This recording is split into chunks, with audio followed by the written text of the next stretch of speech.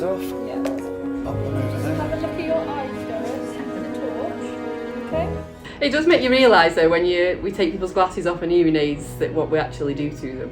I know it's, do you know what I mean? It's like everything went, but it was already a bit blurred and then it went completely blurred and then they just hear all these voices. So yeah, it is good. It does make you think.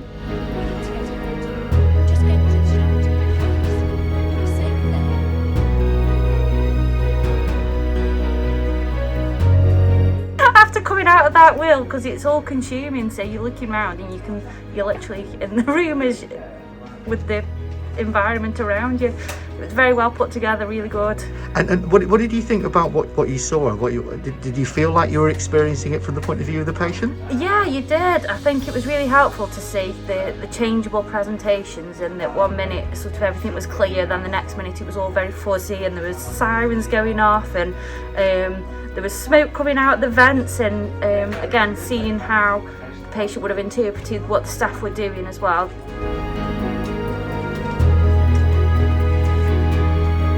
Surreal.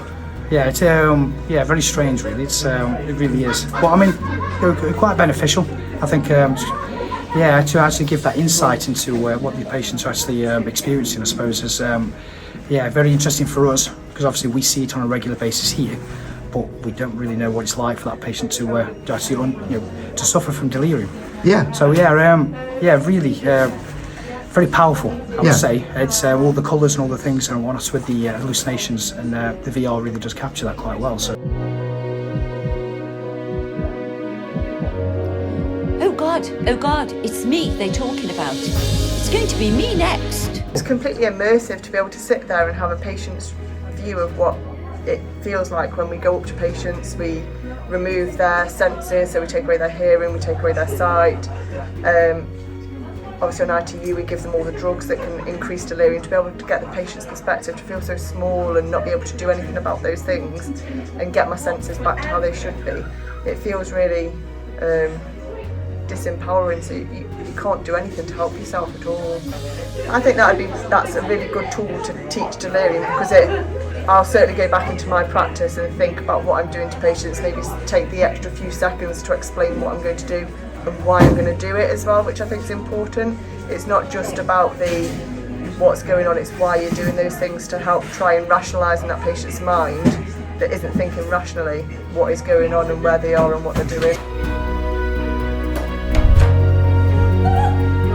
Oh my God, she looks terrified. When she hadn't got her glasses on, you could see things. I thought there was food on the table, but it wasn't food, it was actually just a blanket. So you can now understand why people are reaching for things, and you know how they try and eat and drink out of things that you just think, I thought there were bananas on the table, it wasn't, it was a blanket. Yes, it was actually quite scary.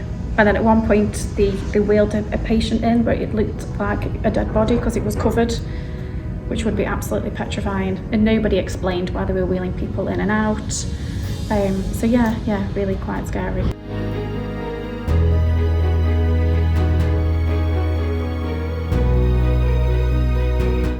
I think when I saw two people with the virtual reality on, what struck me is that normally someone experiencing delirium, you don't see, it's invisible, but by having the virtual reality on, it's like that barrier between you and them, and you realise how just isolated that person is, because they've got almost this barrier of the delirium surrounding them. And it was just seeing that how vulnerable they are and how isolated this just makes them. And even if people approach them, they're still disconnected. The delirium's causing that layer of disconnect, really. That's what I observed. I've nursed plenty of people with delirium, so I think I'm aware of the process and the effect. But I've never just seen that moment of vulnerability, that moment of disconnect quite so clearly as just seeing it there, really. So listen, I'm here with Dr. Becky Chubb from Combined Healthcare, who's the consultant psychiatrist for older people. Yep, and the VR training film that we've done was in actual fact Becky's idea, completely Becky's idea. And hearing some of the reflections over the morning of people of how they've experienced it and what it's brought to them, the impact. You must be absolutely delighted. I am. I'm so pleased that the idea was to really put the person in the patient's shoes, so that you really get to experience what it might be like to have an episode of delirium. And I think the other thing that I've learned from you guys is that actually it's really helpful as well to just see somebody else using the VR tool rather than just only experiencing yourself, which was something is an added benefit I didn't realise. And what have you learnt from seeing that? I think just it's another way of using it, isn't it? That you don't have to have the VR headset on, because it might not be for everybody. Not everybody feels comfortable putting the VR headset on, but actually there's still loads to be learned, even if you're in the room and you're learning with somebody else, which is fabulous.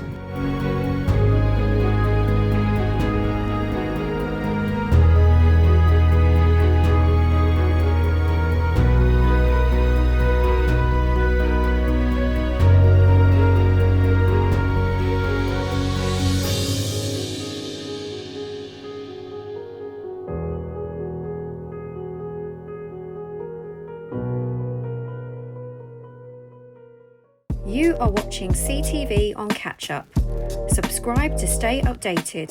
Here's 2 other videos available on Catch Up.